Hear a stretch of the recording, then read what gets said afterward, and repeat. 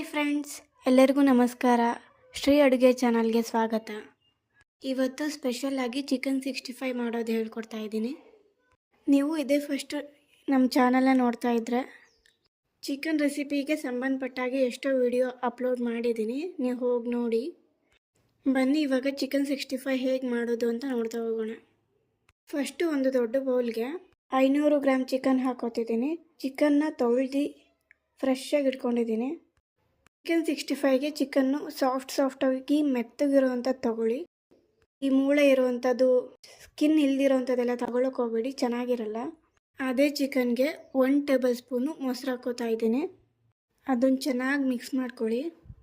Chicken ಮತ್ತು ಮೊಸರನ್ನ ಚೆನ್ನಾಗಿ ಕಲಿಸ್ಬಿಟ್ಟು ಚೆನ್ನಾಗಿ ಮಿಕ್ಸ್ ಮಾಡಿ ಒಂದು 10 ಮಿನಿಟ್ಸ್ ರೆಸ್ಟ್ ಮಾಡೋಕ್ಕೆ ಬಿಡಿ. ಚಿಕನ್ ಎಲ್ಲ ಸಾಫ್ಟ್ ಆಗಬೇಕು. ಚಿಕನ್ 65 ಸಖತ್ತಾಗಿ ಬರುತ್ತೆ ಆವಾಗ. ಚಿಕನ್ನು ನೆಂದಷ್ಟು ಚೆಂದ. ಆಫ್ಟರ್ 10 ಮಿನಿಟ್ಸು ಅದೇ ಚಿಕನ್ಗೆ ಮಸಾಲೆಗಳನ್ನ ಹಾಕೋತಾ ಬರೋಣ. 1 ಟೇಬಲ್ ಸ್ಪೂನು ಖಾರ ಪುಡಿ ಹಾಕೋತಾ ಇದ್ದೀನಿ. 1 table spoon Kashmiri chilli powder ಹಾಕೋತಾ ಇದ್ದೀನಿ. ಇದರಿಂದ ಒಳ್ಳೆ ಕಲರ್ ಬರುತ್ತೆ ಚಿಕನ್ 65ಗೆ. ನೆಕ್ಸ್ಟ್ ಅದಕ್ಕೆ ಕೊತ್ತಂಬರಿ ಪುಡಿ 1 ಸ್ಪೂನ್ ಹಾಕೊತಾ ಇದ್ದೀನಿ. ಮತ್ತು ಅದಕ್ಕೆ ಅರ್ಧ ಟೀ ಸ್ಪೂನ್ ಜೀರಿಗೆ ಪುಡಿ ಹಾಕೋತಿದ್ದೀನಿ. 1 table spoon garam masala powder, 1/4 tea spoon ಅರಶಿನ ಪುಡಿ ಹಾಕೋತಿದ್ದೀನಿ. ಮತ್ತು ಶುಂಠಿ ಬೆಳ್ಳುಳ್ಳಿ ಪೇಸ್ಟು 1 ಟೇಬಲ್ ಸ್ಪೂನ್, ಮತ್ತು ರುಚಿಗೆ ತಕ್ಕಷ್ಟು ಉಪ್ಪು. ಎಲ್ಲ ಮಸಾಲೆ ಚಿಕನ್ನು ಎಲ್ಲನೂ ಒಂದೇ ಸಲ ಚೆನ್ನಾಗಿ ಮಿಕ್ಸ್ ಮಾಡಬೇಕು. ಮಿಕ್ಸ್ ಮಾಡಿದಷ್ಟು ಚೆನ್ನಾಗಿರುತ್ತೆ ಚಿಕನ್ 65 ಅನ್ನೋದು. ಚಿಕನ್ನು ನೆಂದಿರೋದಕ್ಕೂ ಅದಕ್ಕೂ ಚೆನ್ನಾಗಿ ಹತ್ತುತ್ತೆ ಮಸಾಲೆ ಎಲ್ಲ ಚಿಕನ್ಗೆ. ಚೆನ್ನಾಗಿ ಮಿಕ್ಸ್ ಮಾಡಿ. ಚಿಕನ್ನು ಮಸಾಲೆ ಎಲ್ಲ ಚೆನ್ನಾಗಿ ಮಿಕ್ಸ್ ಮಾಡಿದ್ಮೇಲೆ ಒಂದು 15ರಿಂದ 30 ನಿಮಿಷ ಹಾಗೆ ಮುಚ್ಚಿಟ್ಬಿಡಿ. ಚೆನ್ನಾಗಿ ನೆನ್ಕೋಬೇಕದು. ಒಂದು 15ರಿಂದ 30 ನಿಮಿಷ ಆದಮೇಲೆ ಅದೇ ಬೌಲ್ಗೆ 1-2 ಟೇಬಲ್ ಸ್ಪೂನು ಜೋಳದ ಹಿಟ್ಟು ಹಾಕೋತಿದ್ದೀನಿ. ಜೋಳದ ಹಿಟ್ಟು ಹಾಕಿ ಚೆನ್ನಾಗಿ ಕಲಿಸ್ಬೇಕು, ಚೆನ್ನಾಗಿ ಮಿಕ್ಸ್ ಮಾಡಬೇಕು. ಜೋಳದ ಹಿಟ್ಟನ್ನು ಲಾಸ್ಟಲ್ಲೇ ಹಾಕೋಬೇಕು, ಮಧ್ಯದಲ್ಲೆಲ್ಲ ಹಾಕೊಳ್ಳೋ ಆಗಿಲ್ಲ. ಒಟ್ಟಿನಲ್ಲಿ ಎಣ್ಣೆಲಿ ಇದನ್ನು ಕರಿತಾ ಇದ್ದರೆ ಜ್ಯೂಸಿಯಾಗಿ, ತುಂಬ ಚೆನ್ನಾಗಿ ಕಲರ್ಫುಲ್ಲಾಗಿ, ಕ್ರಿಸ್ಪಿಯಾಗಿ ಒಳ್ಳೆ ಚಿಕನ್ 65 ರೆಡಿ ಆಗುತ್ತೆ. ಇವಾಗ ಒಂದು ಬಾಣಲಿಲಿ ಎಣ್ಣೆ ಕಾಯೋದಕ್ಕೆ ಇಟ್ಕೊಂಡಿದ್ದೀನಿ. ಎಣ್ಣೆ ಕಾದ್ಮೇಲೆ ನಾವು ಏನು ಮಿಕ್ಸ್ ಮಾಡಿ ಇಟ್ಕೊಂಡಿದ್ವೋ ಚಿಕನ್ನು ಮಸಾಲ ಎಲ್ಲ ಅದನ್ನು ಹಾಕೋತಾ ಹೋಗ್ಬೇಕು. ಎಣ್ಣೆಗೆ ಮತ್ತು ಚಿಕನ್ ಹಾಕಿದ್ಮೇಲೆ ಮೀಡಿಯಮ್ ಫ್ಲೇಮಲ್ಲಿ ಬೇಯಿಸ್ತಾ ಹೋಗಿ. ಚಿಕನ್ನ ಚೆನ್ನಾಗಿ ಫ್ರೈ ಆಗಬೇಕು, ಚೆನ್ನಾಗಿ ಬೇಯಬೇಕದು. ನಿಮಗೆ ಗೊತ್ತಾಗುತ್ತೆ ಅಲ್ವಾ, ಅದು ಕಲರ್ ಕೂಡ ಚೇಂಜ್ ಆಗುತ್ತೆ, ಸ್ಮೆಲ್ಲು ಗಮ್ ಅಂತ ಬರುತ್ತೆ.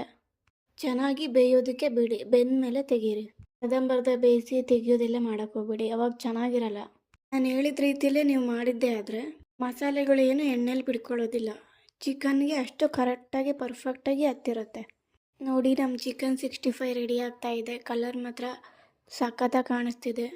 ಕಲರ್ ಮಾತ್ರ ರೆಡ್ ಚಿಲ್ಲಿ ಕಾಶ್ಮೀರಿ ಪೌಡರ್ ಹಾಕಿರೋದ್ರಿಂದನೇ ಬಂದಿರೋದು.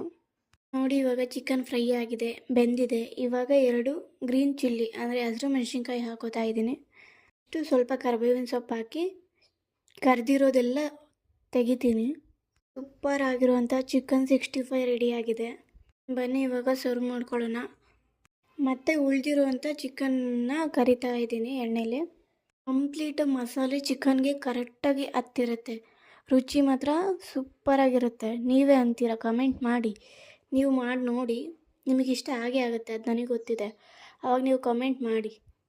ಲಾಸ್ಟಲ್ಲಿ ಸರ್ವ್ ಮಾಡ್ಕೊಂಡ್ಮೇಲೆ ನಿಂಬೆಹಣ್ಣಿನ ರಸ ಒಂದು ಅರ್ಧ ಹಾಕ್ಕೊಳ್ಳಿ, ಚೆನ್ನಾಗಿರುತ್ತೆ. ಕಲರ್ಫುಲ್ಲಾಗಿ, ಹುಳಿಯಾಗಿ, ಟೇಸ್ಟಿಯಾಗಿ, ಸೂಪರಾಗಿ, ಸಖತ್ತಾಗಿರುತ್ತೆ.